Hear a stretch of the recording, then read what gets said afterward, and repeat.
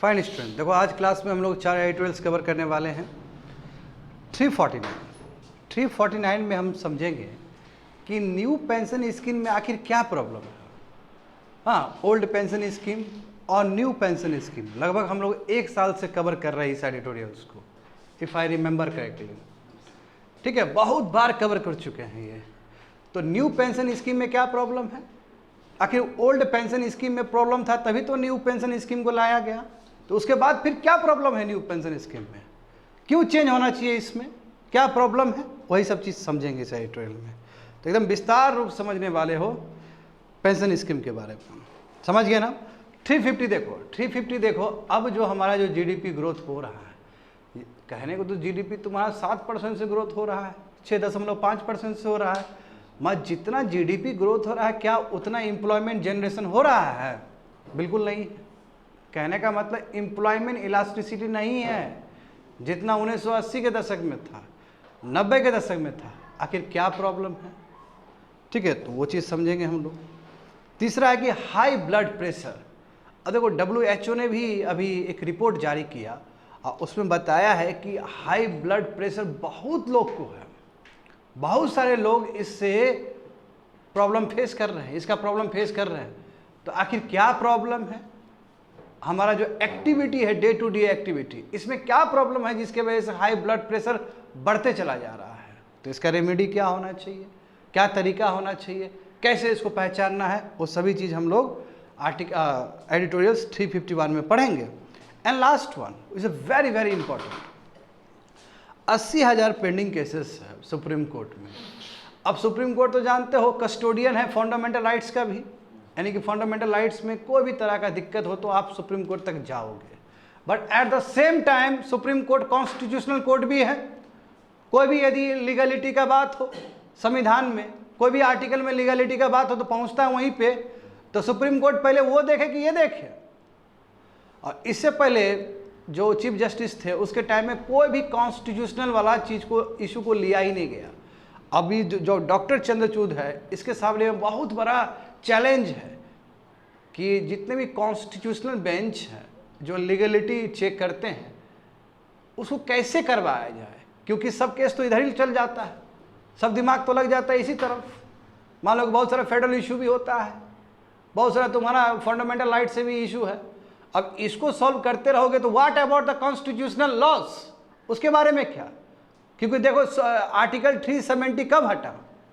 2019 में हटा ना जी, अभी तक कोई ठीक से फैसला नहीं आ पाया है। आधार लॉ बनने में लगभग 4-5 साल लगा है। आई मीन 4-5 साल तक लीगलिटी चेक होते रह गया वहाँ पे। इतना लेट होगा तो फिर कंट्री कैसे आगे बढ़ेगा? तो वही सब चीज़ हम लोग एडिटोरियल 352 में समझेंगे। तो यहाँ पे देखो 349 GS paper 2 social justice and governance, government policy and interventions for development in various sectors and issues arising out of their design and implementation। ये बिजनेस स्टैंडर्ड पेपर में आया था 19 सितंबर को। तो समझते हैं स्टूडेंट। देखो तुम लोग जानते हो, मैं एक हल्का सा पिक्चर दिखाता हूँ, इसका बैकग्राउंड बताता हूँ। देखो ओल्ड पेंशन स्कीम में क्या था, हालांकि ये आएगा तो थोड़ा यहाँ पे सुन लो स्टूडेंट, एक लेमन पर्सपेक्टिव से सुन लो। पहले ओल्ड पेंशन स्कीम में ये था कि जनवरी 1 तारीख 2004 से पहले जो भी मुलाजिम काम करते थे गवर्नमेंट सेक्टर में, जो भी ऑफिसर्स जो काम करते थे, तो इन लोगों को जो पेंशन मिलता था, आई मीन जनवरी 1 2004 से पहले यदि दाखिला हुआ है गवर्नमेंट सर्विस में, तो उसको जो पेंशन मिलेगा बाद में आफ्टर रिटायरमेंट कभी भी हो सकता है, 2030 में भी हो सकता है, 40 में भी हो सकता है, 22 में भी हो सकता है, 20 में भी हो सकता है। बट वो पहले कब वो जॉब ज्वाइन किया उसने? जनवरी 1 2004 से पहले। बात समझ में आ रहा है ना? थोड़ा दिमाग थोड़ा खोल के सुनो। तो उसको जो मिलता, लास्ट सैलरी जो ड्रॉन किया उसने, लेट से लास्ट सैलरी उसको 50,000 का मिला था, तो अब पेंशन कितना मिलेगा उसको? ठीक half, 25,000 plus dearness allowances. Dearness allowances क्या होता है तुम्हारा, क्योंकि जानते हो इन्फ्लेशन सब आता है, तो तुम्हारा जो इन्फ्लेशन है specially industrial worker, CPI industrial worker, consumer price index IW जो इंडस्ट्रियल वर्कर है, उसके बेसिस पे डेयरनेस अलाउंसेस सब मिलता था। और जब फाइनेंस कमीशन का भी जानते हो, फाइनेंस कमीशन हर समय ही पैसा बढ़ाता है, सैलरी बढ़ाता है। जैसे अभी 15th फाइनेंस कमीशन चल रहा है ना जी, तो नया नया फाइनेंस कमीशन आता है तो बढ़ता है पेमेंट। तो जब नया फाइनेंस कमीशन आएगा तो उसके हिसाब से भी थोड़ा पैसा उधर बढ़ेगा। तो कहने का मतलब क्या है कि लास्ट सैलरी आपका 50,000 रहा तो 25,000 फिक्स्ड है, थोड़ा डेटनेस अलाउंस भी मिलेगा on the basis of CPI IW, अब प्लस जो फाइनेंस कमीशन का जो रिकमेंडेशन है उसके हिसाब से कुछ पैसा मिलेगा। तो लगभग सोचो 50,000 कमा रहे थे तो लगभग 30,000 तक तो मिल जाता था। पहले ये था। मत सोचो इस तरह कितने मुलाजिम होंगे सरकार के।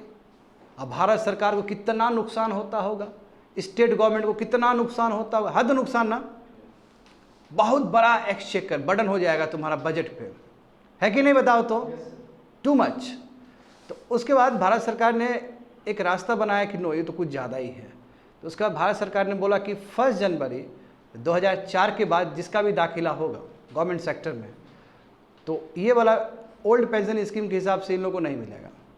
इसके लिए ये होगा कि कुछ इसको भी कंट्रीब्यूट करना पड़ेगा, 10% एम्प्लॉयर को देना पड़ेगा, सॉरी जो काम कर रहा है कर्मचारी उसको 10% देना पड़ेगा और 14% भारत सरकार देगी। ठीक है, 10% वो देगा और भारत सरकार 14% देगी। और इस तरह कलेक्ट होते चला जाएगा। जब रिटायरमेंट होगा तो उस हिसाब से उसको कॉर्पस मिलेगा, पैसा मिलेगा उसको। जब आप अपना 10% दे रहे हो, जब आप 10% दे रहे हो तो भारत सरकार आपको 14% दे रही है। ठीक है, और ये पैसा जो जमा हो रहा है तुम्हारा फंड वगैरह ये कॉर्पस में जमा होता है। वो कॉर्पस तुम्हारा SBI मैनेज कर सकता है, म्यूचुअल फंड मैनेज कर सकता है और वो पैसा इन्वेस्ट करेगा दूसरी जगह, क्योंकि पैसा से पैसा बनाना है। ठीक है ना, और वो मैनेज रहेगा। जब आपका रिटायरमेंट हो जाएगा, न्यू पेंशन स्कीम बच्चा लो यहाँ ध्यान दो, न्यू पेंशन स्कीम जब रिटायरमेंट हो जाएगा तो तुमको 100% पैसा नहीं मिलेगा, तुमको 60% पैसा मिलेगा शुरू में। 60 न्यू पेंशन स्कीम के हिसाब से बता रहा हूँ, समझ में आ रहा है ना? तुमको 60% मिला और जो 40% जो मिलेगा वो तुमको पर ईयर मिलेगा। और जो 40% जो तुमको जो पर ईयर मिलेगा वो भी टैक्सेसेबल होगा, उसमें भी टैक्स लगेगा। तो यहाँ सबसे बड़ा जो प्रॉब्लम हो रहा है, आखिर एडिटोरियल तो यही है तुम्हारा कि न्यू पेंशन स्कीम के साथ क्या प्रॉब्लम हुआ। तो सबसे बड़ा प्रॉब्लम ये है कि वो 60% कितना अमाउंट होगा, क्योंकि कई आदमी लोग रिटायर करते हैं तो उनके दिमाग में रहता है कि हमारा बेटी का शादी करना है, हमारा बच्चे का शादी करना है, हमारे बच्चे को भेजना है बाहर पढ़ाने के लिए, हमको घर बनाना है। तो वो श्योर नहीं कि 60% कितना मिलेगा उसको। और दूसरी बात है कि उसका अपना जो पैसा है 40%, उसके लिए भी उसको इंतजार करना पड़ रहा है। इंतजार कर रहा है तो ठीक है, वो भी टैक्सेबल है। तो यहाँ पे सबसे बड़ा बात ये है कि पहले का जो ओल्ड पेंशन स्कीम था उसमें श्योरिटी था कि आपको 50% मिलेगा, प्लस डेटनेस अलाउंसेस भी, एंड प्लस फाइनेंस मिनिस्टर का वो फाइनेंस कमीशन का वो भी आएगा तो थोड़ा और भी मिल गया पैसा। मैं यहाँ पे श्योरिटी नहीं है। जब श्योरिटी नहीं है तो इसलिए प्रोटेस्ट भी होता है कि न्यू पेंशन स्कीम में कुछ और सुधार होना चाहिए। दूसरी बात है कि प्राइवेट में क्या है, प्राइवेट सेक्टर में न्यू पेंशन स्कीम थोड़ा अलग है। प्राइवेट सेक्टर में ये कहा था कि जितना तुमको कंट्रीब्यूट करना है उतना कंट्रीब्यूट करो, जय नहीं कि तुमको 10% कंट्रीब्यूट करना है। तुम एक साल में 1,000 रुपया भी कंट्रीब्यूट कर सकते हो, कोई दिक्कत नहीं है। तो इससे बर्डन कम होता है। हाँ, ये अलग बात है कि जब रिटायरमेंट होगा तो पैसा कम मिलेगा, वो दूसरा विषय है। क्योंकि फ्लेक्सिबिलिटी तो होना चाहिए, हमको कितना जमा करना है वो हमारे हिसाब से नहीं होना चाहिए। सरकार बोलेगी कि 10%, हो सकता है कि हमको नीड ज़्यादा है हमारा, हमको बच्चे पे खर्च करना है, हमको और जगह पे खर्च करना है, तो 10% आप ज़बरदस्ती आप हमसे रखवा रहे हो कॉर्पस में, तो वो तो गलत चीज़ है। तो इसलिए भारत सरकार ने एक कमेटी बनाया था रिसेंटली, ठीक है ना। तो एक तो अब देखो हो क्या रहा है, प्रॉब्लम क्या है, जितने भी अपोजिशन लेड गवर्नमेंट है, जैसे एग्जांपल देखो वेस्ट बंगाल में, पंजाब में, सब में अपोजिशन है, बीजेपी नहीं अपोजिशन है। वो लोग क्या कर रहे हैं कि ओल्ड पेंशन स्कीम की तरफ मूव कर रहे हैं। यदि वो लोग ओल्ड पेंशन स्कीम की तरफ मूव कर रहे हैं, ये तो बहुत बड़ा तुम्हारा सुनामी हो जाएगा। क्योंकि ओल्ड पेंशन स्कीम जैसे ही भारत सरकार ने न्यू पेंशन स्कीम स्टार्ट किया, तो भारत सरकार को देखते हुए स्टेट ने भी न्यू पेंशन स्कीम लागू किया और बहुत फायदा हुआ है स्टेट को भी और भारत सरकार को भी। और अब राजनीति के कारण यदि कुछ स्टेट बोलता है कि हमको ओल्ड पेंशन स्कीम चलाना है, तो बहुत बड़ा डिजास्टर हो जाएगा। डिजास्टर क्या होगा स्टूडेंट, कि ओल्ड पेंशन स्कीम जानते हो 50% देना पड़ेगा। यार सुनो अच्छे से बच्चे लोग, सुनो अच्छे से बढ़िया से। अब ओल्ड पेंशन स्कीम के हिसाब से अब तुमको 50% पैसा देना है, तो ये तो इंटरजेनरेशनल तुम्हारा यानी कि हमको जो अभी का आदमी है वो पैसा देगा और तब जाएगा उधर पैसा, ये तो गैप आ जाएगा। कहने का मतलब बूढ़ा लोग को रिटायरमेंट के लिए पैसा देने के लिए हम लोग को पैसा पे करना पड़ेगा, तो इंटरजेनरेशनल ये गैप आ जाएगा, रेवेन्यू का गैप आ जाएगा, बहुत बड़ा बर्डन हो जाएगा। इसलिए न्यू पेंशन स्कीम एक बहुत ही सोचा समझा, एक बहुत ही अच्छा स्टेप था। बट जो दिक्कत है अभी, दिक्कत क्या है, वही 40% वाला आफ्टर रिटायरमेंट उसको ठीक कर देना, और टैक्स जो देना पड़ता है पर ईयर उस पर थोड़ा काम करना, तो ये हो जाएगा तो मामला ठीक हो जाएगा। और प्लस जो ही नहीं है कि आपको 10% ही आपको जमा करना है, गवर्नमेंट एम्प्लॉय। बात समझ में आ गया ना? देखो आगे बढ़ते, देखो hard one reforms is being reversed with significant long term implication, यानी कि जो न्यू पेंशन स्कीम जो चीज़ आया, जिसने बहुत सारा रिफॉर्म्स लाया, और उस चीज़ को रिवर्स किया जा रहा है। रिवर्स किया जाएगा तो लॉन्ग टर्म में बहुत गंदा है उसका असर पड़ने वाला है। जैसे एग्जांपल देखो, राजस्थान, छत्तीसगढ़, झारखंड, ये सभी स्टेट ने डिसाइड किया कि ओल्ड पेंशन स्कीम ये चलाएगा। गलत बात है कि नहीं, बताओ तो? कितना मुश्किल से न्यू पेंशन स्कीम में आया है, ओल्ड पेंशन स्कीम में कितना ज़्यादा बर्डन पड़ेगा फिर सरकार के ऊपर पैसा। हाँ, अब देखो पहले का व्यवस्था कुछ और था, पहले का सिस्टम और था। अब पहले देखो जो न्यू ओल्ड पेंशन स्कीम दिया जाता था पहले शुरू में 80 में, 70 में, 60 में, तो उस समय हमारा लाइफ एक्सपेक्टेंसी उतना नहीं था। अभी देखो इंडियंस का 67 ईयर्स है लाइफ एक्सपेक्टेंसी, उस समय लोग 50 साल में ही चल जाते थे, 55 साल में ही गुजर जाते थे। अब जितना दिन तक वो जीवित रहेगा तब तक उसको पे करते रहना पड़ेगा। अभी लॉन्गेडिटी जो आदमी का जो आयु हो बढ़ते चला गया है, तो इसका मतलब आदमी का यदि आयु बढ़ते चला जाएगा रिटायरमेंट के बाद, तो सरकार के ऊपर प्रेशर होगा कि उसको बार बार रिटायरमेंट पेंशन दो। तो वही चीज़ यहाँ पे लिखा गया है कि ऐसे टाइम में ये स्टेप लिया गया है जहाँ पे लाइफ एक्सपेक्टेंसी बढ़ रहा है, और इसका क्रेडिट जाएगा लिविंग ऑफ स्टैंडर्ड और मेडिकल केयर को, कि इतना अच्छा अस्पताल है जिसकी वजह से लाइफ एक्सपेक्टेंसी बढ़ते चला गया है। सही बात है ना? तो यदि ओल्ड पेंशन स्कीम से अभी भी चलाया जाए स्टूडेंट, तो सरकार के ऊपर बहुत बड़ा प्रेशर होगा, सरकार के ऊपर फाइनेंस के लिए बहुत बड़ा प्रेशर होगा ये, ठीक है। अब जब सरकार इधर झूठ-मूठ का पेंशन में खर्च करेगी, तो सरकार कहाँ से रोड, इंफ्रास्ट्रक्चर, स्कूल, अस्पताल बना पाएगी? सबसे बड़ा सवाल, क्योंकि पैसा तो लिमिटेड है, फिर फिजिकल डिफिसिट ज़्यादा हो जाएगा। बात समझ में आ रहा है ना? फिर सरकार को बोरोइंग करना पड़ेगा। अब सरकार बोरो करेगा तो फिर प्राइवेट सेक्टर बोरो नहीं कर सकता है, फिर क्राउड आउट हो जाएगा, क्राउड इन नहीं होगा, तो पूरा इकोनॉमी को झटका पड़ेगा इससे, इंफ्रास्ट्रक्चर डेवलपमेंट नहीं हो पाएगा ठीक से, क्योंकि पैसा चला गया पेंशन देने में ही आपका। तो वो सब क्या है, रेवेन्यू डिफिसिट होगा कि नहीं होगा? रेवेन्यू एक्सपेंडिचर हो जाएगा बच्चे लोग। टर्मिनोलॉजी जानते हो ना, रेवेन्यू एक्सपेंडिचर। तो यहाँ पे देखो, तो यही सब चीज़ को समझते हुए, पेंशन लायबिलिटी को समझते हुए एक सही कदम भारत सरकार ने 2004 में लिया था कि अब न्यू पेंशन स्कीम से हम काम करेंगे। हाँ, समझे ना? क्योंकि पहले तुम्हारा स्कीम दूसरा था वो। तो इसलिए लिखा गया है कि most state government saw merit in it. इसलिए जब भारत सरकार ने जब लागू किया न्यू पेंशन स्कीम, तो स्टेट को भी लगा कि भारत सरकार ने सही किया और हम लोग भी न्यू पेंशन स्कीम पे ही चलते हैं, अदरवाइज ओल्ड पेंशन स्कीम चलेंगे तो दिक्कत हो जाएगा। क्योंकि स्टेट का भी तो अपना मुलाजिम होता है ना, बीपीएससी स्टूडेंट, बीपीएससी कर्मचारी को कौन देगा? स्टेट ही देगा पैसा। स्टेट अस्पताल के लिए जो डॉक्टर है स्टेट ही देता है जी, प्रोफेसर का पैसा कौन देता है? स्टेट ही देता है। बात समझे? तो स्टेट का भी अपना मुलाजिम होता है। तो स्टेट को भी लगा ऐसा कि सेंटर ने बहुत सही कदम लिया है और हम लोग भी सही समय है, हम लोग भी न्यू पेंशन स्कीम में ही स्विच कर जाते हैं, इससे बहुत पैसा बचेगा, जो पैसा बचेगा वो रोड और अस्पताल में हम खर्च करेंगे। मगर अभी देखो अपोजिशन लेड गवर्नमेंट सब, झारखंड में हो, छत्तीसगढ़ में, वो बोला है कि ओल्ड पे पॉलिटिकल गेमिक है, ये राजनीतिक लाभ लेने के लिए कर रहा है ये सब, समझे ना? तो देखो, इसलिए मोरेवर आरबीआई ने भी हाईलाइट किया है कि अब पूरा दुनिया में, केवल यहाँ इंडिया का बात नहीं, पूरा दुनिया में बच्चे लोग ऐसे ही हो रहा है। पहले डिफाइंड बेनिफिट अरेंजमेंट था, डिफाइंड मतलब भारत सरकार खुद तुमको पैसा दे रही है, उसको बोलते हैं डिफाइंड बेनिफिट अरेंजमेंट। और वहाँ से शिफ्ट करके अब क्या हो रहा है तुम्हारा डिफाइंड कंट्रीब्यूशन पेंशन प्लान, यानी कि जहाँ पे एम्प्लॉय का भी 10% लग रहा है। और यही सेम चीज़ फ्रांस में भी हुआ था, याद है ना तुम लोग को? फ्रांस में पेंशन तुम्हारा एज बढ़ाया गया था, जिसकी वजह से बहुत ज़्यादा वो हो गया था, 2 साल रिटायरमेंट का बढ़ाया गया था ना, जिसकी वजह से बहुत प्रोटेस्ट हो गया था, याद करो पेंशन। हाँ, तो ये केवल भारत का ही बात नहीं है, आरबीआई ने राइटली पॉइंट आउट किया कि दुनिया में ही ऐसा हो रहा है। पहले दुनिया में भी पेंशन सरकार दे देती थी पूरा, अब ऐसा नहीं है। बात समझे? यदि पूरा सरकार दे रही है तो उस पेंशन को क्या बोलेंगे? डिफाइंड बेनिफिट अरेंजमेंट, पूरा सरकार ही दे रही है। और अब एम्प्लॉय भी कंट्रीब्यूट कर रहे हैं तो उसको क्या बोलेंगे? Defined contribution pension plan. तो केवल भारत का बात नहीं है, दुनिया में ही बात है, क्योंकि हर कंट्री में ही पेंशन में पैसा लगता है, पैसा पेंशन में देने में बहुत पैसा लगता है। और फ्रांस का भी सिमिलर केस है, फ्रांस में तो इससे बहुत बड़ा प्रोटेस्ट हो गया था रिसेंट टाइम में। तो यहाँ पे देखो student, small short term gain but huge long term pain. अब देखो अचानक बोल रहा है कि ओल्ड पेंशन स्कीम की तरफ जाएंगे, तो तुमको शुरू में तो लगेगा ठीक है कोई दिक्कत नहीं है, बट लॉन्ग टर्म में इसका रिपरकशन बहुत गंदा पड़ेगा, क्योंकि वो बढ़ते चला जाएगा आपका। क्योंकि देखो ना क्योंकि अभी तो तुमको कंट्रीब्यूट करने की जरूरत नहीं है। सुनो यहाँ पे ध्यान दो, अभी क्या है कि अभी सरकार क्या करती है, न्यू पेंशन स्कीम में सरकार क्या करती है, 14% सरकार भी पर मंथ डालते रहती है। तो ओल्ड पेंशन स्कीम में तो ये तो नहीं था, एक ही बार रिटायरमेंट होगा तब देना पड़ेगा।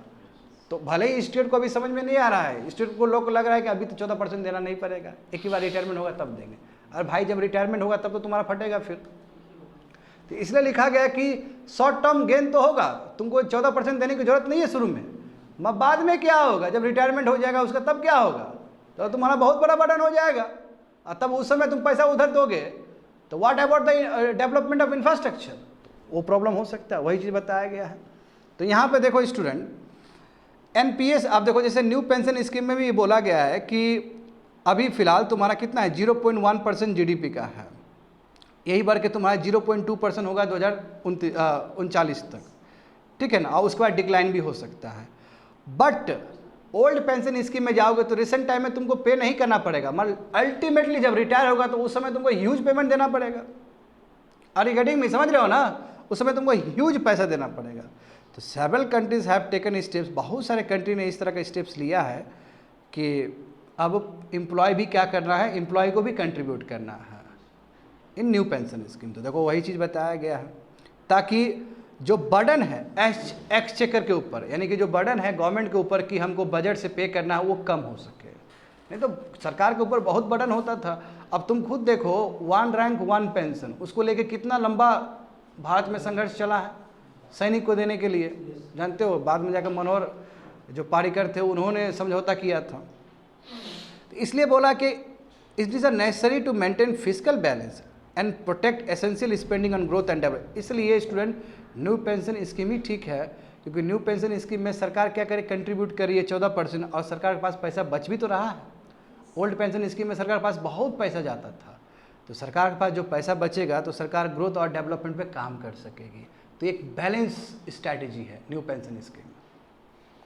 आगे देखो, तो ओल्ड पेंशन स्कीम क्या जानते हो, मैं बता चुका हूँ ना। तो देखो यहाँ पे ओल्ड पेंशन स्कीम में क्या था कि सेंट्रल गवर्नमेंट और स्टेट गवर्नमेंट दोनों को 50% पे करना पड़ता था। वही 50% जो भी लास्ट ड्रॉन सैलरी था उसका, जैसे मान लो कि 50,000 था तो 25,000। हाँ, ये तुम्हारा वही था कि, और जो न्यू पेंशन स्कीम है वो तुम्हारा जनवरी 1, 2004 से लागू हो गया। सही बात है ना। और वही एग्जाम्पल दिया गया है तुम्हारा कि यदि गवर्नमेंट का एम्प्लॉय बेसिक मंथली सैलरी लेट से 50,000 था, ओल्ड पेंशन स्कीम का बताया गया, तो उसका बेसिक पेंशन कितना होगा, 25,000। वहाँ पे देखो यार, ध्यान से देखो, plus dearness allowance. Dearness allowance मिलता है वही जो मैंने तुम लोगों को बताया है, सीपीआई इंडस्ट्रियल वर्कर के हिसाब से। अब प्लस थोड़ा सा न्यू पे कमीशन जो देगा तुम्हारा, अवार्ड वगैरह देगा तुम्हारा, तो उसमें थोड़ा वो भी एडिशन हो जाएगा। तो 25,000 प्लस 4-5,000 और ऐड हो जाएगा, लगभग 35,000 हो जाता था। ठीक है, तो वही चीज़ बताया गया वहाँ पे।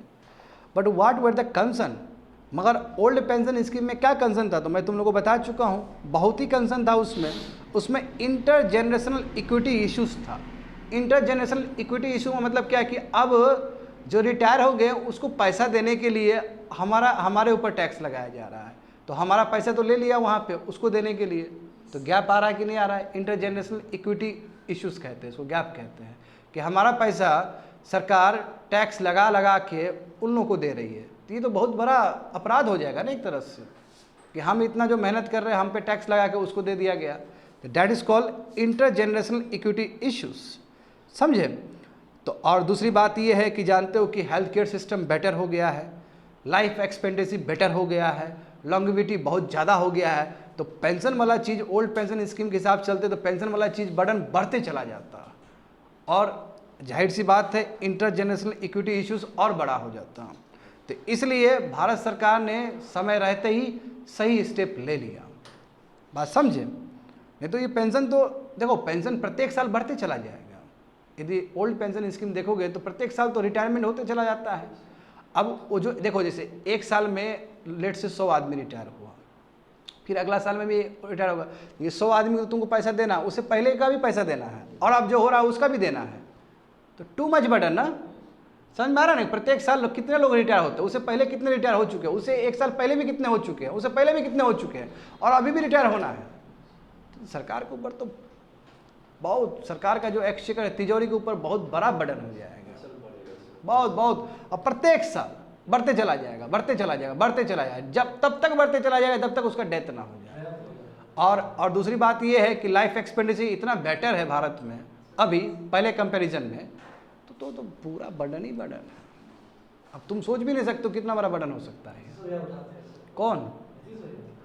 तो छोड़ दो, बनाइए उठाने के लिए वो। देखो यहाँ पे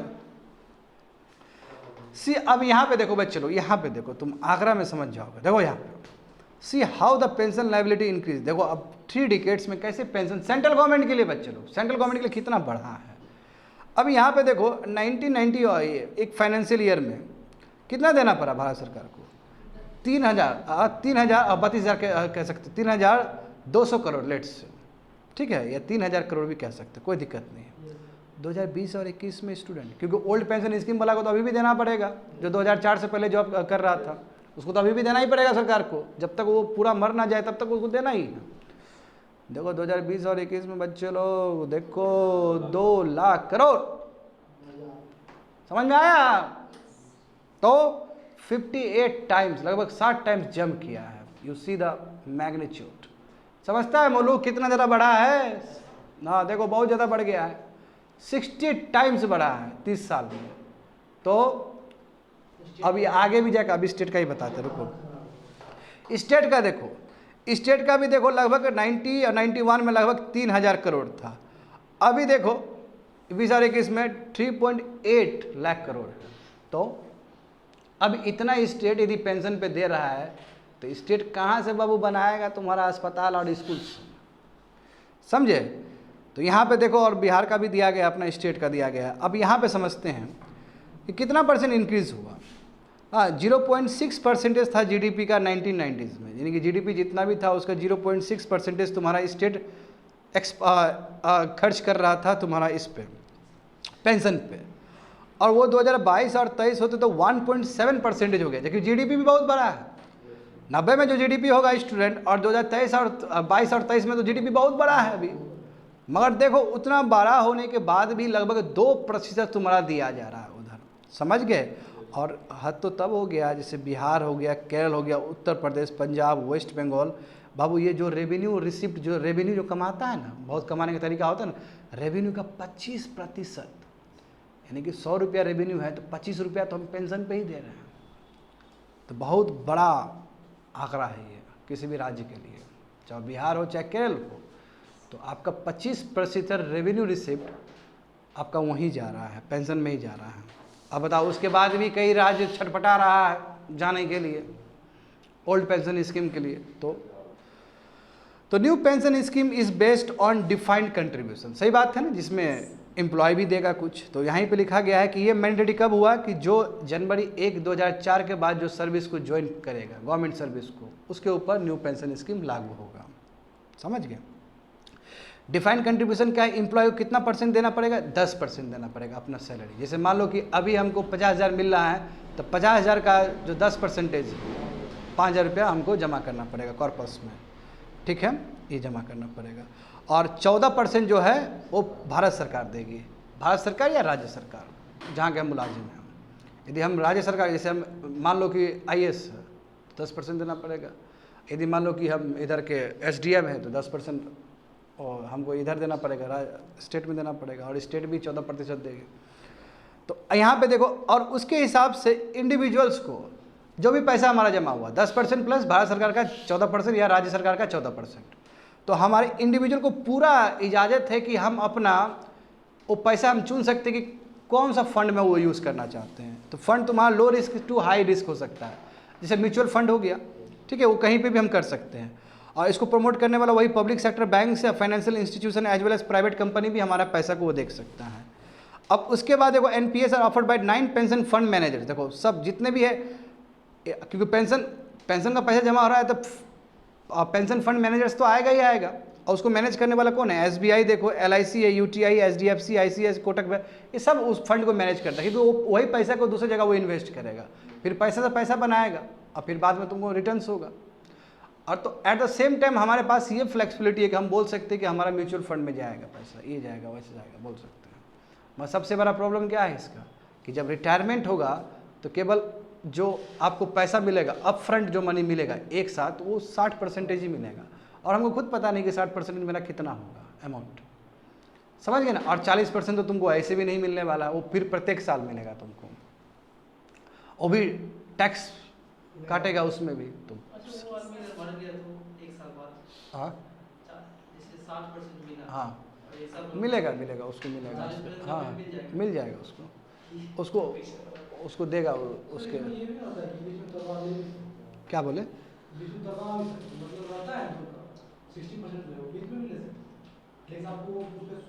हाँ सूद नहीं मिलेगा फिर, क्योंकि अभी जो सूद मिलता है, सही बोले, अभी जो सूद मिलता है 5 से लेकर 5.5% मिलता है। तो इन लोगों का मानना है, बहुत अच्छा पॉइंट उठाया हो, इन लोगों का मानना ये है कि 5 से 5.5% जो हमको सूद मिल रहा है, इंटरेस्ट मिल रहा है, उससे ज़्यादा तो हमको दूसरी जगह मिलता। अभी जानते हो ना, अभी तो बहुत सारे आपके पास फाइनेंशियल इंस्टीट्यूशन है जहाँ पे आप जमा करके उससे ज़्यादा सूद ले सकते हो, इंटरेस्ट ले सकते हो। देखो यहाँ पे है, वो मैटर आना चाहिए, यहाँ पे नहीं है तो ठीक है बता दिए। देखो यहाँ पे, अब यहाँ पे देख सकते हो अक्टूबर 31, 2022 तक सेंट्रल गवर्नमेंट में कितने मुलाजिम थे? देखो हाँ लगभग 23 लाख है ना, 23 लाख है सब्सक्राइबर थे वही मुलाजिम। और स्टेट्स के लगभग कितने हैं तुम्हारे? 60 लाख कह सकते हो, 58 है तो 60 लाख कह सकते हो, 60 लाख सब्सक्राइबर थे। तो स्टेट में हमेशा ज़्यादा रहेगा कर्मचारी। अब देखो they are problems in new pension scheme, समझ में आ गया ना, नया पेंशन स्कीम में प्रॉब्लम तो है, समझ में आ ही गया होगा प्रॉब्लम क्या है। तो कैसे इसको ठीक किया जाए, इसको फ्लेक्सिबल बनाने की ज़रूरत है। तो प्रॉब्लम क्या है स्टूडेंट? देखो प्रॉब्लम ये है कि 10% हमको देना ही देना है गवर्नमेंट सेक्टर में, बट तुम खुद देखो प्राइवेट सेक्टर में ऐसा नहीं है। प्राइवेट सेक्टर में क्या है कि आप एक साल में 1000 रुपये तक जमा कर सकते हैं मिनिमम, और मैक्सिमम जितना अमाउंट है आप खर्च करिए। जब प्राइवेट सेक्टर में आपको ये फ्लेक्सिबिलिटी दिया जा रहा है कि एक साल में आप 1000 जमा कर सकते हैं और 1000 से और भी ज़्यादा जमा कर सकते हैं, जब ये फ्लेक्सिबिलिटी आपको प्राइवेट सेक्टर में मिल रहा है तो ये गवर्नमेंट सेक्टर में मिलना चाहिए था, गवर्नमेंट सेक्टर में भी मिलना चाहिए था ये चीज़। इसलिए जो गवर्नमेंट सेक्टर के जो एम्प्लॉयज़ है वो खुश नहीं है इस बात से, नंबर 1 पॉइंट, समझ गए ना। हाँ दिस कैन बी ट्विक, ये कब हो सकता है? जब हाँ, but at the same time Bharat सरकार ये बोले कि ठीक है 14% जो हमारा कंट्रीब्यूशन वो एज इट इज़ रहेगा, और तुमको पूरा फ्लेक्सिबिलिटी, चाहे तुम 2% जमा करो, चाहे 5% जमा करो, चाहे 20% जमा करो, तुम्हारे पास पूरा फ्लेक्सिबिलिटी है। हाँ but at the same time government को ये प्रॉमिस, अब गवर्नमेंट भी बोले कि नहीं हम भी 14% नहीं करेंगे, तब तो फिर गड़बड़ हो जाएगा। तो गवर्नमेंट को अपना 14% का जो कंट्रीब्यूशन वो एज इट इज़ कंटिन्यू रखना चाहिए, और एम्प्लॉय को बोलना चाहिए कि तुमको जितना करना है तुम करो, जस्ट लाइक प्राइवेट सेक्टर। बात समझ में आ गया ना स्टूडेंट? हाँ ये अलग बात है कि तुम कम पैसा जमा करोगे, 2% जमा करोगे, तुम्हारा कॉर्पस कम होगा, तुमको रिटायरमेंट के बाद कम मिलेगा, वो तुम जानो, वो तुम जानो ना। तुम कम जमा किया तो तुमको कम मिलेगा, तुमको वो तुम जानो। तो वही बोला गया है।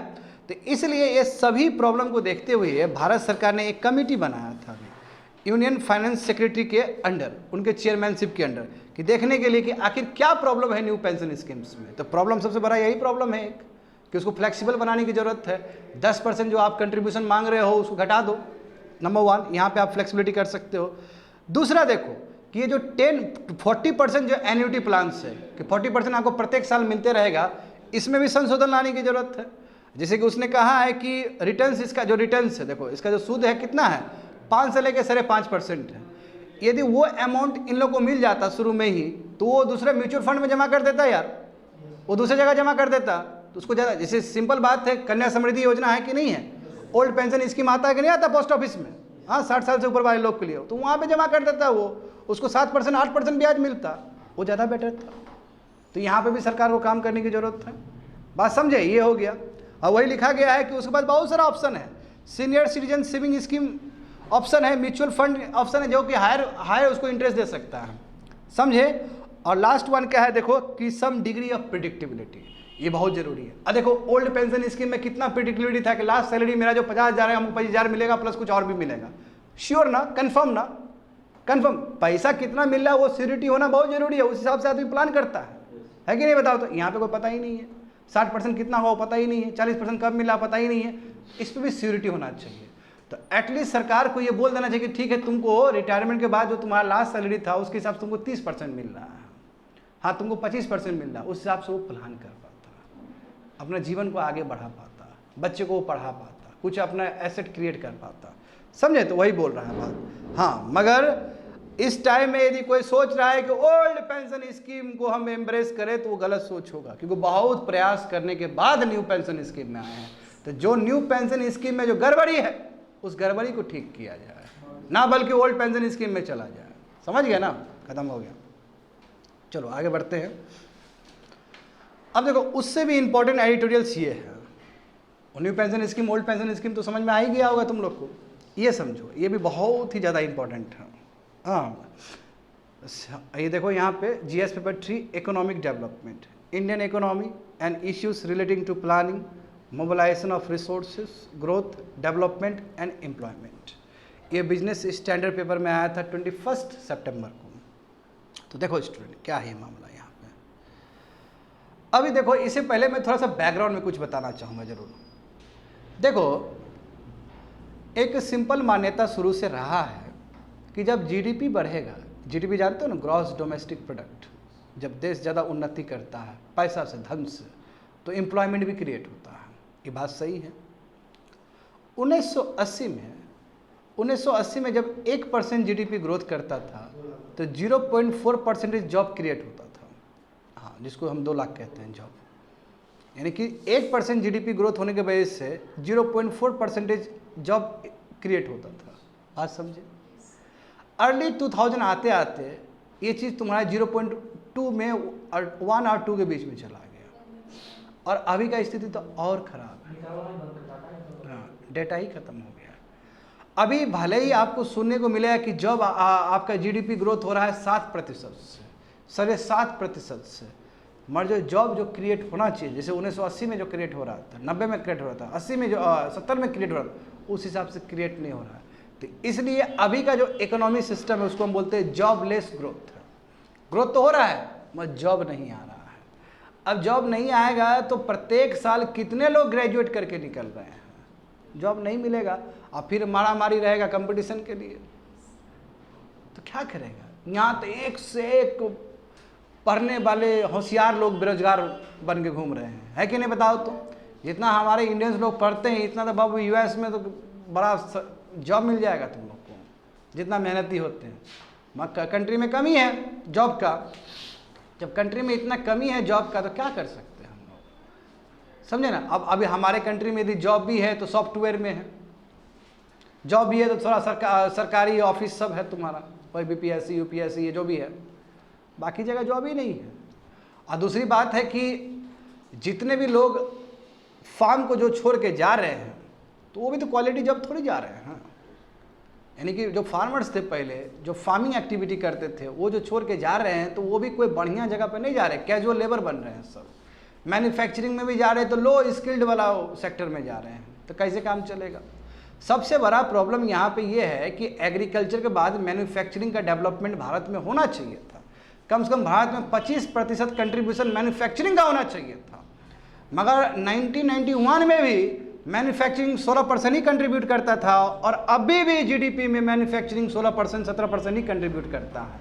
तो कहाँ से जॉब को एब्जॉर्ब किया जाएगा, सबसे बड़ा सवाल ये है। और सर्विस भी देखोगे तो सर्विस भी बहुत तरह का है, लो स्किल वाला सर्विस ज़्यादा है, अनऑर्गेनाइज सेक्टर ज़्यादा है। यहाँ पे कंट्री में जानते हो कि 90% तो तुम्हारा अनऑर्गेनाइज इनफॉर्मल सेक्टर ही है। पान दुकान में जाकर काम कर रहे हो, राशन दुकान में काम करके जा रहे हो, करने के लिए जा रहे हो, मॉल में काम करने के लिए जा रहे हो, 10,000 मिल रहा है तुमको, 10,000 में खुश रहो बैठ के, तो क्वालिटी जॉब मिल कहाँ रहा है, बात समझे। तो देखो वही रिपोर्ट आया यहाँ पे, स्टेट ऑफ वर्किंग इंडिया।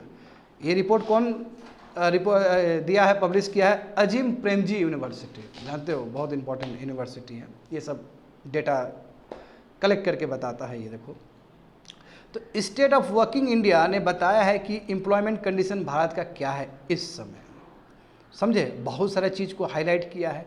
इसने कहा कि चलो एक तो अच्छा चीज़ ये है कि नॉन फार्म सेक्टर एम्प्लॉयमेंट में बढ़ा है, यानी कि मैन्युफैक्चरिंग और सर्विस में लोग आए हैं, कहाँ से, फार्मिंग सेक्टर से।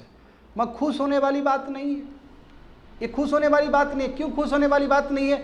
जो भी यदि फार्म सेक्टर से निकल के आया है तो वो भी लो स्किल्ड वाला में है, वो भी बहुत बढ़िया जॉब नहीं मिला है उसको। तो वही बोला है स्टूडेंट कि ये खुश होने वाली बात नहीं है। इसका मतलब वेल पेइंग रेगुलर एम्प्लॉयमेंट नहीं मिल रहा है महिलाओं के लिए या फिर यंग ग्रेजुएट्स के लिए। जो भी मिल रहा है फार्म सेक्टर से जो भी उठ के आया है तो उसको भी लो पेड जॉब ही मिल रहा है, विच इज़ नॉट गुड, समझे। देखो इकोनॉमिक ग्रोथ, देखो मिड 1980s में उस समय क्या था कि उस समय हमारा 1980 में जानते हो ना, हिंदू ग्रोथ रेट से हम आगे बढ़ रहे थे, वही 3-3.5% से, याद होना चाहिए तुम लोग को।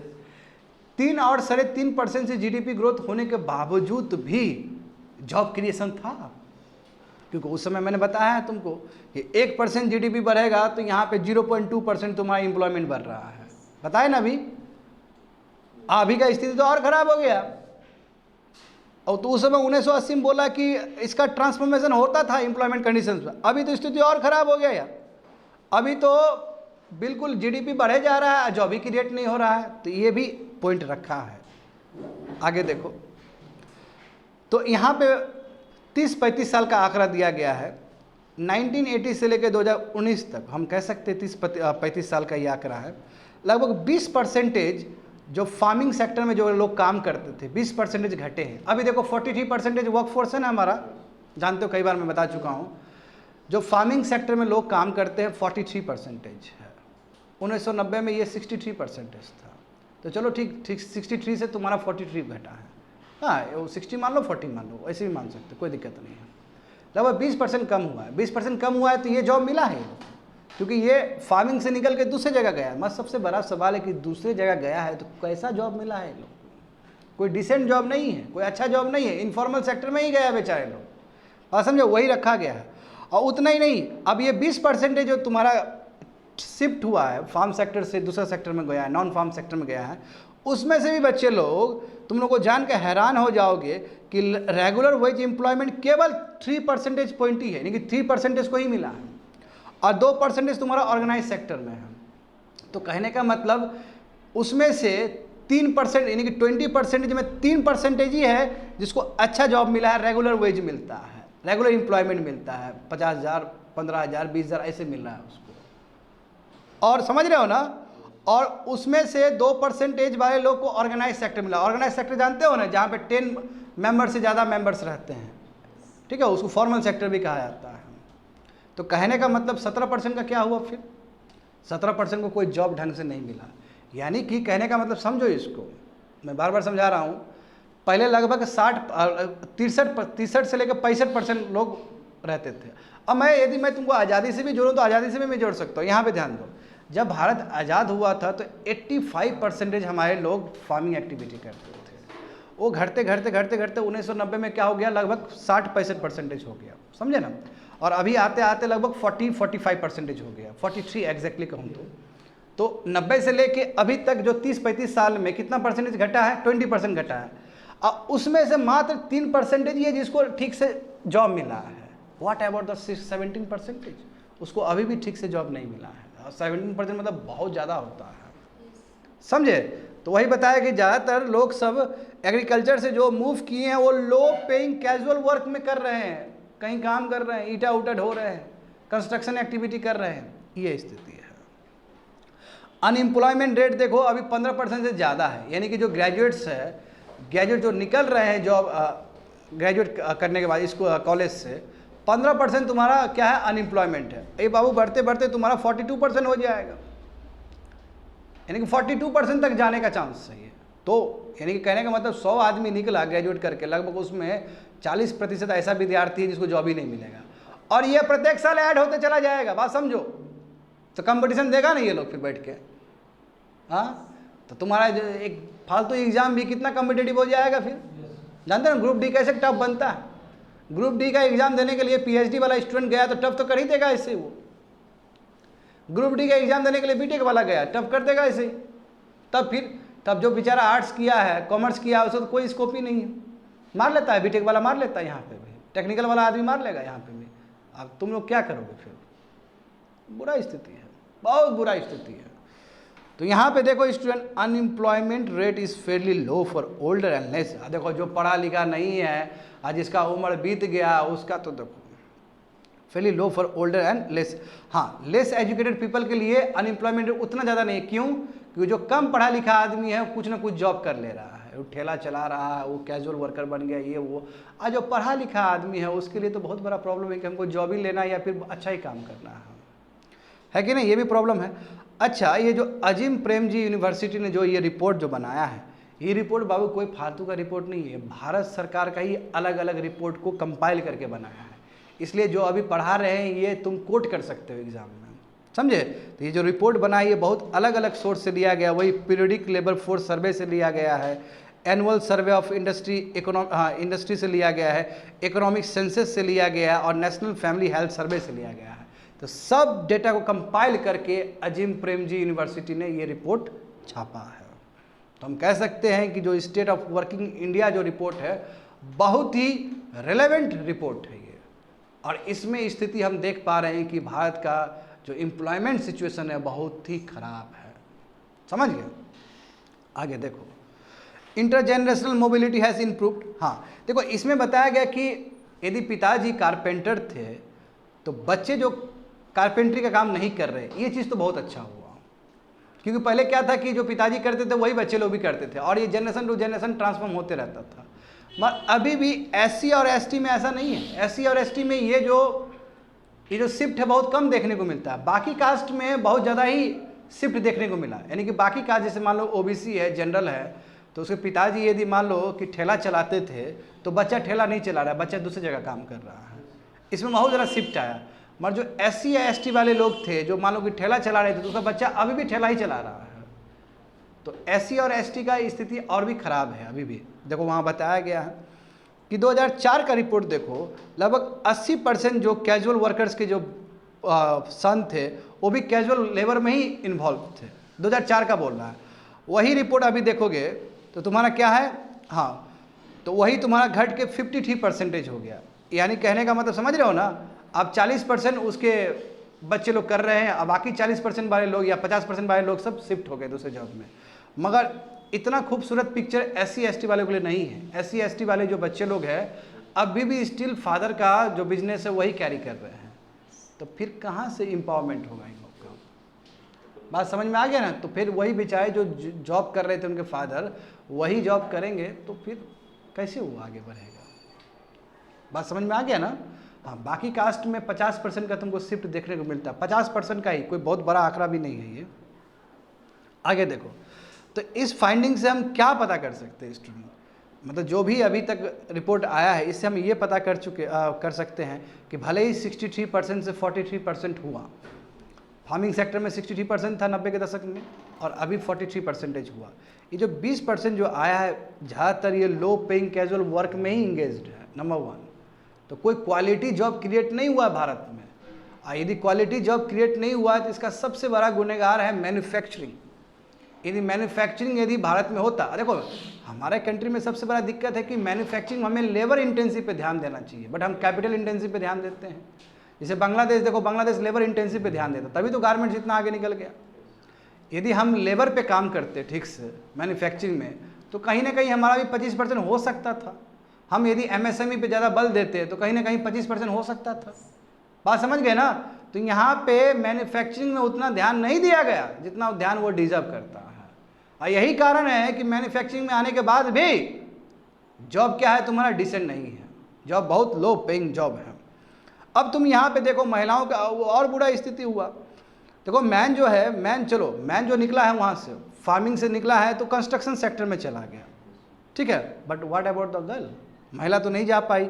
यही रीज़न है कि स्टूडेंट के रूरल इंडिया में महिलाओं का जो पार्टिसिपेशन है वर्कफोर्स वो 40% से 28% चला गया। तो बेचारी महिला कहाँ जाएगी? महिला कंस्ट्रक्शन में नहीं जा सकती है हर एक महिला। इसलिए लेबर फोर्स पार्टिसिपेशन जो रूरल इंडिया का था, रूरल मतलब ग्रामीण क्षेत्र का जो था, वो महिलाओं का घट गया 40% से 28%। तो ये तो स्थिति अच्छा नहीं है। और हम ये भी जानते हैं, जब तुम लोग को G20 समिट पढ़ा रहे थे तो हम ये भी जानते हैं कि G20 में हमारा ये कंट्री है जहाँ पे लेबर फोर्स पार्टिसिपेशन सबसे कम है महिलाओं का, बताए थे ना, बहुत कम है हमारा। तो फिर तो कैसे देश आगे बढ़ेगा फिर। Employment conditions are particularly challenging. देखो सबसे बड़ा चैलेंज तो यंग और एजुकेटेड इंडिविजुअल्स के लिए है। अब जो वर्क फोर्स में आ रहा है, देखो सबसे बड़ा प्रॉब्लम ये भी है इन लोग के लिए कि एक तो जॉब अपने मन मुताबिक नहीं है, और यदि जॉब भी अच्छा है तो वो क्वालिटी उसके अंदर प्रेजेंट नहीं है, स्किल नहीं है उसके अंदर, तो प्रॉब्लम तो दोनों तरफ से है। बात समझ गए ना। तो वही लिखा गया कि India is not creating enough job, educated people के लिए जॉब नहीं क्रिएट कर पा रहा है। और दूसरी बात है कि जो यंग ग्रेजुएट्स है उसके पास वो स्किल भी नहीं है, इसलिए प्रधानमंत्री कौशल विकास योजना सब चला था, मगर वो कितना सक्सेसफुल रहा वो एक सर्वे का विषय है, उस पर हम लोग शोध कर सकते हैं। आगे देखो, तो GDP growth and employment generation seems to have been disconnected. इसलिए जीडीपी भले ही ग्रोथ हो रहा है बट एम्प्लॉयमेंट उस लेवल पे क्रिएट नहीं हो रहा है, समझे ना। तो रियल जो प्रॉब्लम है स्टूडेंट, ठीक है, सबसे बड़ा रियल प्रॉब्लम भारत का है कि भारत जॉब क्रिएट नहीं कर पा रहा है, समझे, और बिल्कुल भी नहीं हो पा रहा है। As per the study one reason for this, सबसे बड़ा रीजन ये है कि हो सकता है कि लेबर प्रोडक्टिविटी बढ़ गया हो, पहले लेबर यानी कि लेबर का काम करने का तरीका बढ़ गया हो, इसलिए नए लेबर नहीं आ पा रहे हैं। दूसरी बात है कैपिटल इंडस्ट्री इंटेंसिव, कैपिटल आप बड़ा बड़ा गुड्स लाओगे, सामान लाओगे तो ह्यूमन को रिप्लेस कर ही लेगा। दूसरी बात ये है एमएसएमई पे उतना ध्यान नहीं है हमारा, बात समझे। लो स्किल्ड मैन्युफैक्चरिंग देखो हमारे कंट्री में है, तो इससे कहाँ होगा, जो जितने भी एग्रीकल्चर से आ रहे हैं सब तुम्हारा लो स्किल मैन्युफैक्चरिंग में आ रहे थे, इससे क्वालिटी जॉब क्रिएट नहीं हो रहा है। तो अभी तो चलो ठीक है, मगर पॉलिसी मेकर्स को, जो नीति आयोग जो काम करता है, पॉलिसी मेकर को बैठ के इसके ऊपर काम करना चाहिए, नहीं तो आने वाले समय में इस तरह का जॉबलेस ग्रोथ बढ़ते चला जाएगा तो कियोस हो सकता है हमारे इंडिया में, ठीक है, क्योंकि यंग जाएगा कहाँ फिर। आप समझ गए ना, खत्म हो गया। आगे देखते हैं 351 GS paper 2 social justice and governance, issues relating to development and management of social sector और services relating to health, education and human resources. ये हिंदू पेपर में आया था 22 सितंबर को, और तुम्हारा और भी लिया गया है बिजनेस स्टैंडर्ड 21 सितंबर 2023, दोनों को कोलैबोरेट किया गया है, दो एडिटोरियल्स को। देखो हाई ब्लड प्रेशर ये एक तरह से साइलेंट किलर बन गया, हमें पता ही नहीं चलता है, समझा, और अचानक स्ट्रोक आ जाएगा, अचानक हार्ट अटैक आ जाएगा। अरे भाई सिम्टम्स पता रहता तो इलाज करवा लेते, अब तुमको सिम्टम्स पता ही नहीं चल रहा है, अचानक हार्ट अटैक आ जा रहा है, क्या करोगे फिर। और ये इसलिए हो रहा है हमारा लाइफ स्टाइल, सबसे बड़ा रीजन हमारा जीने का जो तरीका है वो तरीका सही नहीं है अभी के हिसाब से। अब बार बार मोबाइल देख रहे हैं और डाइट पुराना वाला फॉलो कर रहे हैं। पहले क्या था देखो स्टूडेंट, पहले आदमी लोग खूब खाता था और खूब काम भी करता था, खेत में काम किया तो सब तुम्हारा पच जाता था, जो बोलते हैं कैलोरी बर्न हो जाता था। अभी क्या है कि आदमी खा ले रहा है और सो जा रहा है, खा ले रहा है और कुर्सी पर बैठ के एकदम कंप्यूटर वाला काम कर रहा है, टू मच स्ट्रेस, और वो खाना ठीक से पचेगा भी नहीं, अचानक हार्ट स्ट्रोक आ जाएगा फिर। तो जो लाइफ है अभी देखो, एक्सरसाइज के नाम पे कुछ नहीं है, लेक्चर है, कुछ हो ही नहीं रहा। क्या लोग सही बोल रहे हैं? देखो यहाँ पे कुछ नहीं करता है, तुम देखो यहाँ पे in the first WHO report, देखो पहली बार हुआ है हाइपरटेंशन। हाइपरटेंशन का मतलब वही है तुम्हारा हाई ब्लड प्रेशर के ऊपर, ठीक है।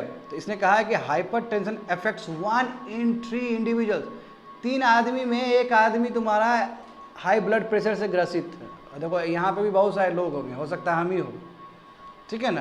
कई बार तो मेरा भी दिल दुखता है ऐसे करके पकड़ रहते हैं, तो है सबका कुछ ना कुछ WHO बोल तो रहा है कि 3 आदमी में 1 आदमी को प्रॉब्लम है, एंड 4 out of 5 है ना। और गजब बात है 5 आदमी में 4 आदमी तो ठीक से इसको कंट्रोल भी नहीं कर पाता है। तो स्थिति तो बहुत खराब है देखो। तो इसलिए हमें ये समझना होगा स्टूडेंट कि कैसे इसको समय रहते हुए देखो, जबकि मेडिसिन जो मेडिकेशन है इसके लिए मेडिसिन सब भी बहुत इनएक्सपेंसिव है, महंगा नहीं है। हाई ब्लड प्रेशर के लिए जो मेडिकेशन है बहुत हाई नहीं है, कैंसर और ट्यूबरकुलोसिस ऐसा नहीं है कि बहुत पैसा लगेगा। अवेयरनेस नहीं है लोगों के बीच में, मेन प्रॉब्लम है कि अवेयरनेस नहीं है, लोगों को पता नहीं है कि हाइपरटेंशन होता क्या है। एग्जाम्पल यहाँ समझो, अनकंट्रोल ब्लड प्रेशर यदि 140/90 चला गया तो बहुत ही तुम्हारा रिस्क है तुम्हारा कार्डियोवास्कुलर, यानी कि हार्ट से रिलेटेड बहुत सारे डिजीज हो सकता है, हार्ट अटैक हो सकता है, स्ट्रोक हो सकता है, और इससे तुम्हारा क्या हो सकता है, डेथ भी हो सकता है अल्टीमेटली। 140/90 समझे, ये बहुत ही तुम्हारा रिस्क है इसमें, समझ गए ना। इसको क्लिनिकल हाइपरटेंशन भी बोलते हैं। और देखो ज़्यादातर किसको होता है, जो आदमी डायबिटिक पेशेंट है, जो आदमी मोटा है, खाया जा रहा है, ओबिस है, ओबिस मतलब क्या होता है, पूरा खाया जा रहा है, ओबिसिटी ज़्यादा हो गया उसका, जो टबैको कंज्यूम करता है, जो अल्कोहल पीता है, उसके साथ तो और ज़्यादा वल्नेबल है ये।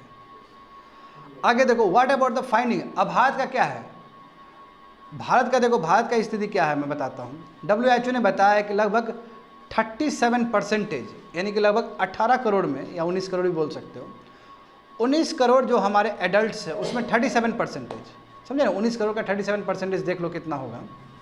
जो एज 30 से लेकर 79 ईयर्स तक के हैं वो हाइपरटेंशन में जी रहे हैं, बट उनको सिचुएशन के बारे में पता भी नहीं, उनको ये भी नहीं पता कि हाँ हाइपरटेंशन हमको है, उसको नहीं पता है।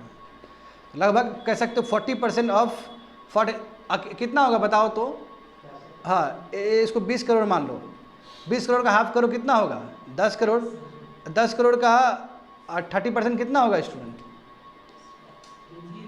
3 करोड़, तो 3.5 करोड़ मान के चलते हैं, 3.5 करोड़ के आसपास, 3 और 3.5 करोड़ के आसपास आंकड़ा मानते हैं।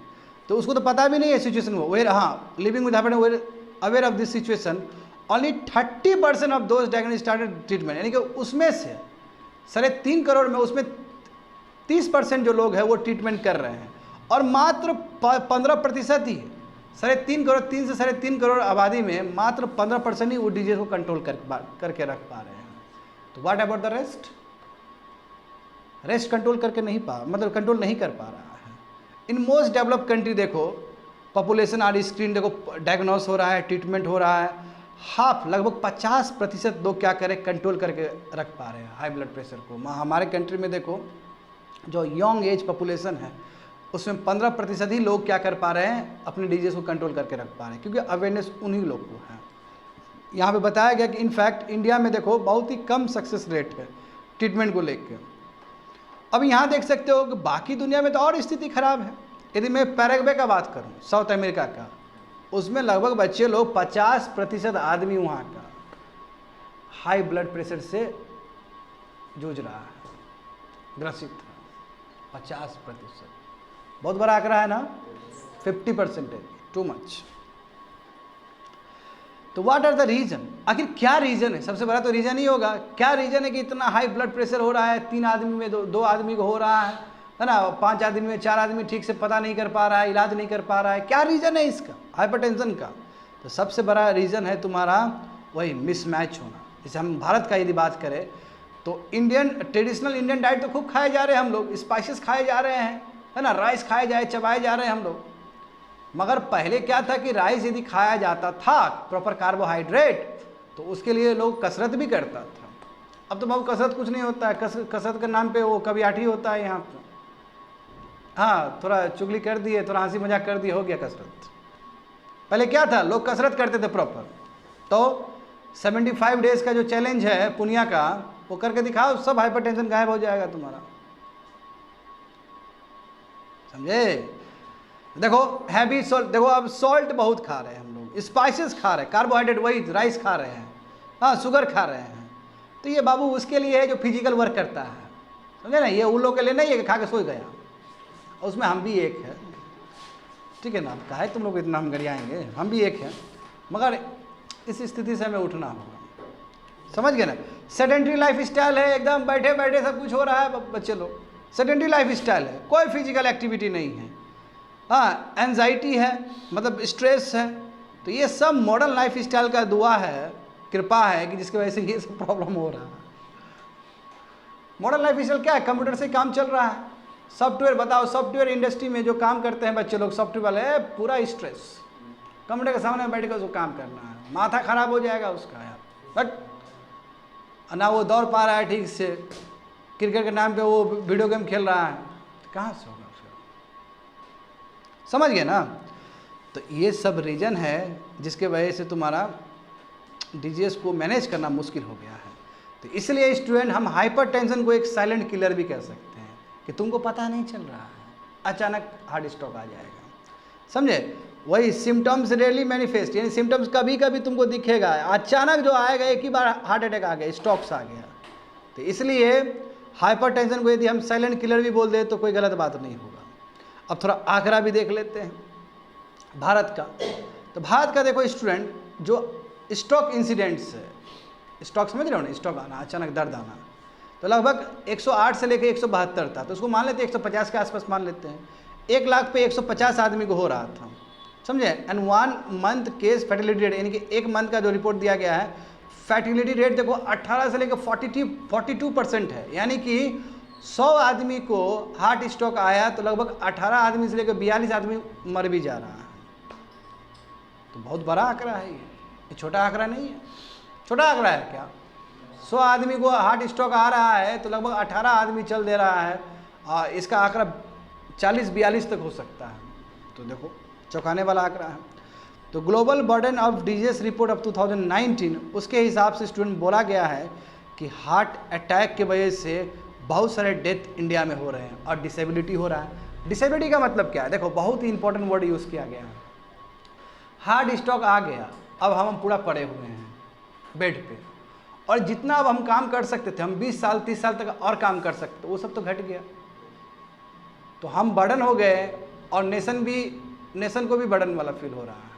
तो हम यदि सही रहते, हमारा हेल्थ सही रहता, तो हम नेशंस के लिए बहुत काम करते, अपने लिए बहुत काम करते, तो डिसेबिलिटी हो जाता है। स्टडी ने देखो ये भी बोला था, यही तुम्हारा global burden of disease report ने ये भी बोला था, कम कम जो एक्सेस सॉल्ट कंजम्पशन नहीं होना चाहिए, इसके वजह से भी लगभग 17 से लेकर 30% तुम्हारा हाइपरटेंशन होता है। यानी कि सॉल्ट ज़्यादा खाओगे बच्चे लोग, नमक ज़्यादा खाओगे ना, तो इससे भी हार्ट अटैक आता है, हाइपरटेंशन आता है। नमक कम खाते हो ना तुम लोग, कम खाया करो, ठीक है? यहाँ पे देखो कितना बढ़िया लिखा गया है कि WHO मेंबर स्टेट्स को बोला गया था कि 30% आप क्या करो, 30 जितने भी सॉल्ट खा रहे हैं लोग 30% घटाओ 2025 तक।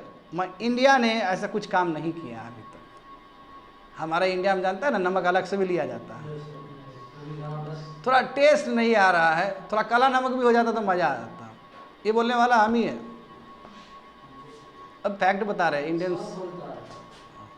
काला नमक खाता है कि संध्या नमक खाता है तुम?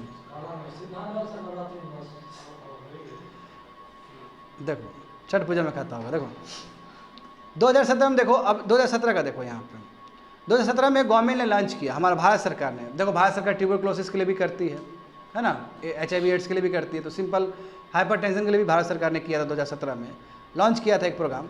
वह 25/25 गोल है। 25/25 गोल का मतलब कि 2025 तक 25% हम कम कर देंगे हाई ब्लड प्रेशर। जितने भी प्रेवलेंस है उसमें 25% हम कम कर देंगे, यानी कि 100 आदमी मरीज़ हैं तो 25 आदमी को हम ठीक कर देंगे। अभी तक कितने, अब इस प्लान के हिसाब से अभी तक कितने लोगों को रखा गया? तो लगभग 6 मिलियन पीपल, यानी कि 60 लाख लोग को अभी तक दाखिला मिला है ट्रीटमेंट के लिए।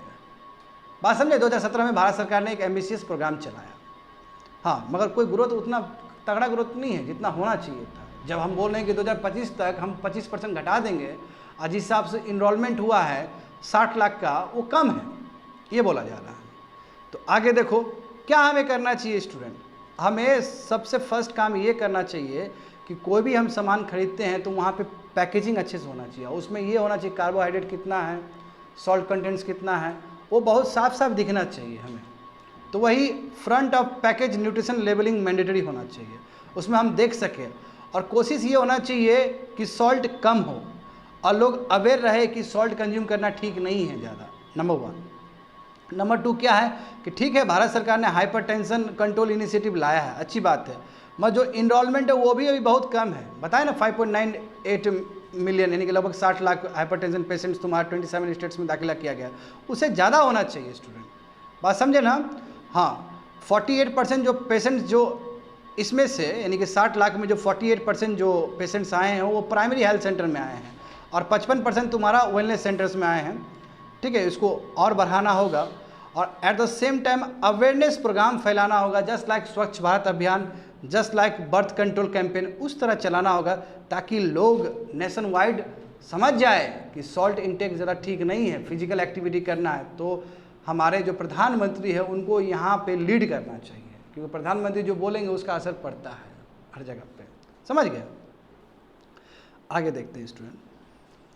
GS paper 2 constitution and polity, structure, organization and functioning of the executive and the judiciary, ministry and department of the government, pressure groups, formal, informal association and their role in the polity। ये तुम्हारा times of India में 17 सितंबर को आया है। देखो ऐसा बहुत कम आता है, ये वाला गौर किया हो, ये वाला सिलेबस बहुत कम आता है। तो यहाँ पे देखते हैं मामला क्या है, जानते हो भाई, हम बता चुके हैं तुमको शुरू में ही। अब वो करे तो करे क्या। अब सबसे बड़ा प्रॉब्लम पता है किसका, हाई कोर्ट सबका है, और जो नीचे का जो कोर्ट है सब ऑर्डिनेट, उसका भी बहुत बड़ा प्रॉब्लम है। आखिर तुम फ्रिवलस वाला जो केसेस है, जो बेकार का केसेस है, वो सुप्रीम कोर्ट में क्यों पहुंचने देते हो। सुप्रीम कोर्ट मतलब इंपॉर्टेंट कोर्ट ना, कॉन्स्टिट्यूशनल कोर्ट है वो सब, उसमें वही मैटर पहुंचना चाहिए जो डिजर्व करता है।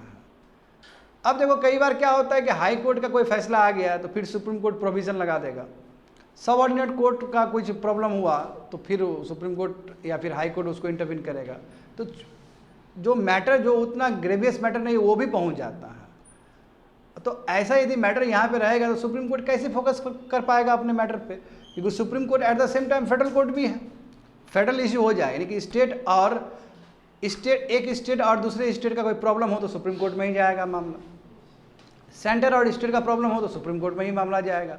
एक प्रॉब्लम वो संभालता, जानते हो ना, सुप्रीम कोर्ट का अपना ज्यूरिसडिक्शन होता है, एपेलेट ज्यूरिसडिक्शन, एडवाइस ज्यूरिसडिक्शन, बहुत तरह का होता है, ठीक है, पॉलिटी में तुम लोग पढ़े हो। अब यहाँ पे समझो स्टूडेंट, अब eight the same time supreme court people का भी कोर्ट है, कोई भी फंडामेंटल राइट्स आपका हनन होता है तो आप जा सकते हो वहाँ पे। Eight the same time supreme court में ही कॉन्स्टिट्यूशनल बेंच भी लगते हैं लीगलिटी चेक करने के लिए। कोई मान लो कि लॉ पास हुआ है पार्लियामेंट में या कहीं लॉ पास हुआ है तो उसका लीगलिटी चेक करने के लिए भी सुप्रीम कोर्ट में ही जाएगा। आर्टिकल 370 हटा तो वो उसका लीगलिटी चेक करने के लिए भी सुप्रीम कोर्ट, और सुप्रीम कोर्ट के पास कहाँ इतना टाइम है। तो सुप्रीम कोर्ट या तो इधर का मामला देखे, पीपल का मामला देखे, या फिर कॉन्स्टिट्यूशनल वाला मामला देखे, करे तो करे क्या बेचारे लोग। इसलिए डॉक्टर चंद्रचूड़ थक के एक सेमिनार में बोल रहे थे ये सब चीज़, तो एडिटोरियल का हिस्सा हो गया। देखो डॉक्टर चंद्रचूड़ ने कहा है कि जो कॉन्स्टिट्यूशनल बेंचेस है अलग अलग स्ट्रेंथ का, वो एक परमानेंट फ्यूचर यहाँ से होगा।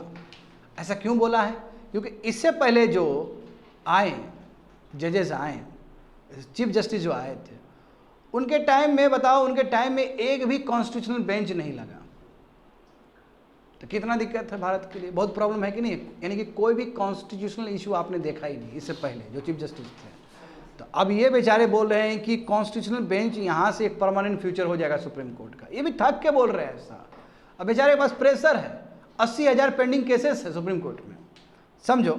तो यहाँ पे देखो आर्टिकल 145 क्लॉज 3, उसमें कहा जाता है कि कोई भी सब्सटेंशियल क्वेश्चंस हो लॉ का, जो संविधान को इंटरप्रेट करने का बात हो, समझे ना, यदि संविधान से रिलेटेड इंटरप्रिटेशन का बात है तो कम से कम आपको 5 जज बेंच बैठाना पड़ता है as per the article 145 clause 3।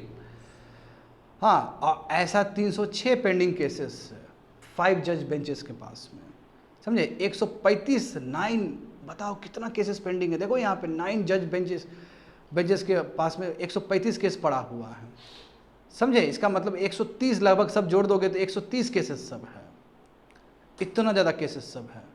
बात समझ गए स्टूडेंट। इसका मतलब क्या कि लार्ज बेंच जजमेंट बहुत ज़रूरी है। और तुम खुद देख लो ना, केशवानंद भारती के जो भारत का one of the biggest case हुआ था 1973 में, उसमें तो 13 जज मिल के फैसला दिए थे।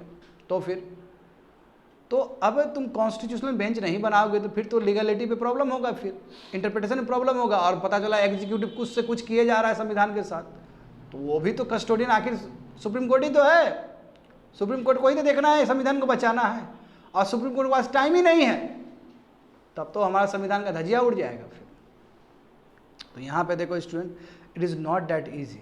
देखो 34 जजेस, सुप्रीम कोर्ट में कितना जजेस है, 34 जजेस। हाँ, CJI को मिला के 34 जज में इतना कॉन्स्टिट्यूशनल बेंच बनाना, इतना पेंडिंग केसेस कैसे पॉसिबल हो सकता है, बताओ जरा। ये लोग भी तो आदमी ही हैं। ये बोल रहे हैं कि देखो US का सुप्रीम कोर्ट के पास देखो कितना बढ़िया है, उसके पास अलग से तुम्हारा कॉन्स्टिट्यूशनल मैटर्स के लिए अलग से है। मैं इंडिया में क्या है, इंडिया में तो सब कुछ वही देखता है। इंडिया में पीपल कोर्ट भी सुप्रीम कोर्ट ही है, कॉन्स्टिट्यूशनल कोर्ट भी सुप्रीम कोर्ट ही है ना, और उसके बाद फेडरल कोर्ट भी सुप्रीम कोर्ट ही है। तो सुप्रीम कोर्ट के ऊपर ज़्यादा बर्डन है। अब 9 जज बेंच, देखो अब 9 जज बेंच का मतलब होता है 26% ऑफ कोर्ट सैंक्शन स्ट्रेंथ, यानी कोर्ट का कितना है सुप्रीम कोर्ट में 34। अब 9 जज बेंच बना दिए तो तुम्हारा 9 जज चला जाएगा, तो यानी कहने का मतलब क्या, 26% जज तो उधर ही चला गया। 26% जज यदि चला गया है 9 बेंच में, तो बाकी जज तो बहुत कम हो गया। तो 9 बेंच बना देखो तो समझ रहा है 3 ही में खत्म हो जाएगा बच्चे, 3-4 ही में खत्म हो जाएगा, तो फिर मैटर कहाँ से देखा जाएगा। तो सबसे बड़ा प्रॉब्लम ये भी है। अब जैसे एग्जांपल देखो, चीफ जस्टिस इससे पहले जो था रमन्ना साहब के टाइम में कोई भी कॉन्स्टिट्यूशन बेंच हेयरिंग नहीं हुआ है। इसलिए डॉक्टर चंद्रचूड़ बोल रहे हैं कि यहाँ से हमारे टेन्योर के बाद जो कॉन्स्टिट्यूशन बेंच है वो परमानेंट फ्यूचर होना चाहिए। बोल रहे हैं, वो अपना एक्चुअली प्रॉब्लम भी बता रहे हैं हम लोग को, समझे। Eight the same time people का मैटर भी देखना है, तो करे क्या, तो इसलिए बैलेंस होना चाहिए, समझे ना। अब यहाँ पे देखो देखो सबसे बड़ा problem subordinate court need improvement. जैसे जितने भी सबऑर्डिनेट कोर्ट है, चाहे वो हाई कोर्ट हो और उससे नीचे जो डिस्ट्रिक्ट कोर्ट है या सबऑर्डिनेट कोर्ट है, यदि वो क्वालिटी प्रोनाउंसमेंट दे देता है, जजमेंट दे देता, तो वो फ्रिवलेस जो मैटर है वो ऊपर पहुँचता ही नहीं और पेंडिंग केस कम हो जाता। आखिर कायदे से तो ये होना चाहिए स्टूडेंट के हाई कोर्ट में ही फैसला हो जाता आदमी का जो भी प्रॉब्लम है। अब सुप्रीम कोर्ट तक जा रहा है तो सुप्रीम कोर्ट में तो बहुत पहले से ही केसेस है। तो वही देखो एग्जांपल वही बताएगा कि सबऑर्डिनेट कोर्ट के यहाँ पे काम करना पड़ेगा। अब supreme court repeatedly find that trial court, देखो वही बोला कि ट्रायल कोर्ट अपना ऑर्डर ठीक से नहीं सुना पा रहा है, इसलिए बार बार इसको इंटरवीन करना पड़ता है सुप्रीम कोर्ट को। तो इसलिए स्टूडेंट, बट विदाउट मोर बिना कॉन्स्टिट्यूशनल बेंच का कैसे हो पाएगा। The ambit of Indian fundamental right will not expand, क्योंकि ये कॉन्स्टिट्यूशनल बेंच ही है जहाँ पे फंडामेंटल राइट्स के बारे में और चीज़ जोड़ा जाता है। सही बात है कि नहीं, बताओ तो। केशवानंद भारती केस के बाद या फिर तुम यूनियन ऑफ इंडिया केस देख लो, कितना फंडामेंटल राइट्स में परिवर्तन आया, प्रियम्बल में कितना परिवर्तन आया। आखिर ये कॉन्स्टिट्यूशनल बेंच ही है जिसके वजह से फंडामेंटल राइट्स में भी फर्क पड़ता है, और यहाँ पे सुप्रीम कोर्ट के पास टाइम ही नहीं मिल रहा है। तो कायदे से ये होना चाहिए कि सबऑर्डिनेट कोर्ट को, हाई कोर्ट को खुद ही केस को अच्छे से डिस्पोज कर देना चाहिए, और कोई ऐसा बेकार का केसेस ऊपर ना जाए, ताकि सुप्रीम कोर्ट भी बचा रहे और सुप्रीम कोर्ट ज़्यादातर फोकस कर पाए तुम्हारा कॉन्स्टिट्यूशनल बेंचेस के ऊपर। That's it.